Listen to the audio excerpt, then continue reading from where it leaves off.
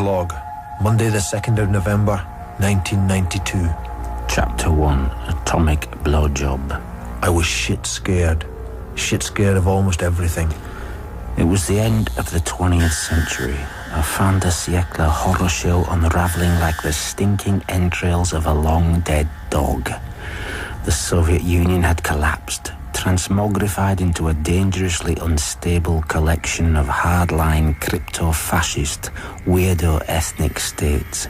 Eastern Europe had mutated into a demented bitch hydra, ripping off her ugly bread cube boiled cabbage deadheads and tossing them into the charnel houses of history. The Pavonine and prismatic American dream had turned into a shit-brown nightmare. Cyber-Nazis and techno-pervs stalked the internet. And what was worse, Japan was producing good heavy metal bands. Something had to be done. It was pissing down outside. The day is 7 hours and 15 minutes old, and already it's crippled with the weight of my evasions, deceit, and downright lies.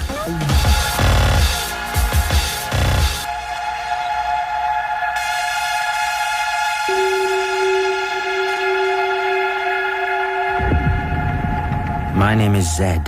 I am a Zen master. And in one of my many mythical manifestations, I am part of a triumvirate of magi known throughout legend as the Three Wise Men. The other two-thirds are known as Gimpo and Bill. They too are Zen masters and are both shit-hot at karate. I go looking for my axe, find it, and venture out into the forest. I find a small tree, no taller than 6 foot. I chop it down and then cut it into 3 short staves. We had a plan. We were going to save the world. The whales, the dolphins, the rainforests, Bambi, the whole damn Walt Disney bunch, babe. We were going to free Willy, we were going to get it on with chicks, we were going to slay dragons. We are Zen masters and know what we are talking about. Back in my cottage, I drink another cup of tea. Check one more time. Passport, air tickets, money. All I need is packed in my small black haversack. Waiting for the taxi now. This was the plan.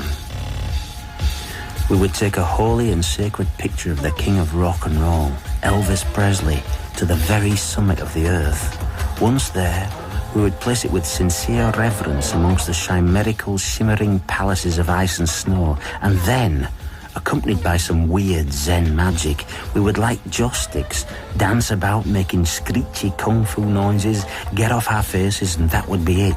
Planet Earth saved. Simple.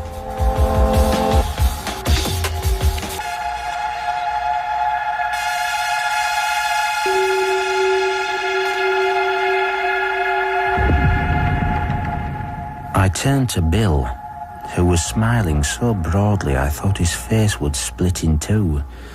His eyes were damp and shining and about to overflow with tears of holy joy. I grabbed him by the shoulders like a Christian.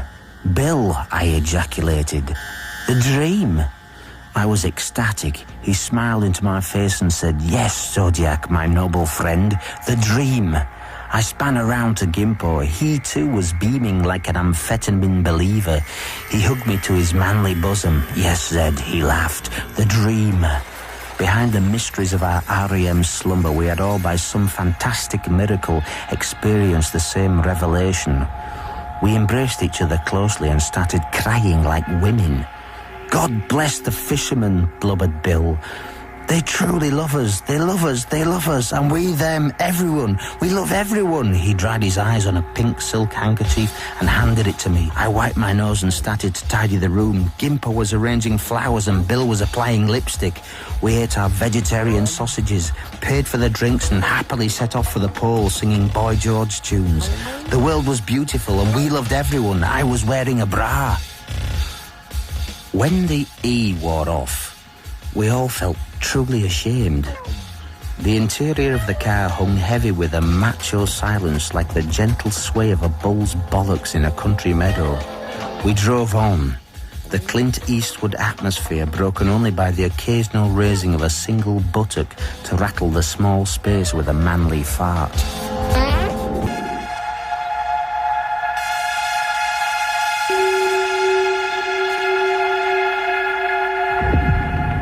And so to bed. In our bunks we sing Johnny Cash songs, and Zed tells us the edited highlights from the life story of the Love Reaction's faithful roadie, Johnny.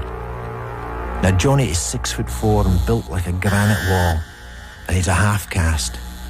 His father went AWOL, his mother couldn't cope, so Dr. Bernardus took care of Johnny. Like all kids, he watched kids' TV. He watched Blue Peter. And Johnny got angry. If you're a British listener, you will know what Blue Peter is. If not, all you need to know is that it represents all the values that our royal family once personified. God, country, service, citizenship, thriftiness, and the centrality of the family. In those days, Blue Peter had a regular gardening slot. The Blue Peter garden was in the back lot of the BBC TV centre. Young folk in our green and pleasant land were encouraged to give their dads a hand in their gardens at home. But Johnny didn't have a dad, and Johnny didn't have a garden, and Johnny got angrier. Now one night, Johnny broke into the grounds of BBC TV centre down at Shepherd's Bush. He found the Blue Peter garden and trashed it. He ripped up all the flowers and the shrubs. He smashed the greenhouse. He burnt down the shed. The tabloids made it front page news. The next edition of Blue Peter was a black day, almost as bad as the day Shep died. I don't know if Johnny was caught and brought to justice, but his actions were a pivotal point in the history of children's television in this country.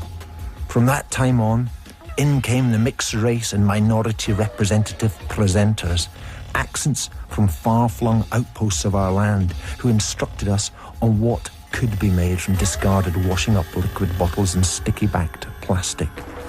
And the royal family lost it completely.